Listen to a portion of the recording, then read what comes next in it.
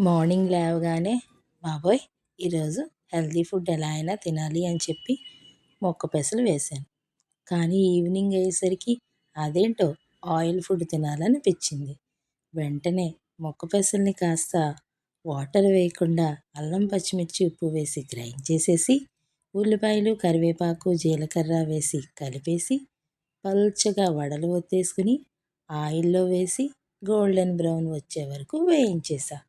ఇలా వేగిన వడలన్నీ ప్లేట్లో పెట్టుకొని వేడివేడిగా ఉన్న వడ తింటూ మధ్య మధ్యలో బెల్లం టీ సిప్ చేస్తూ ఉంటే ఆ టేస్ట్ కాదని నువ్వంటున్నది అవునని వినిపిస్తున్నది నిజమేనా. నిజమే అండి. చాలా చాలా టేస్ట్గా ఉంది. మరి మీరు కూడా ట్రై చేసి ఎలా ఉన్నాయో కామెంట్ చేయండి.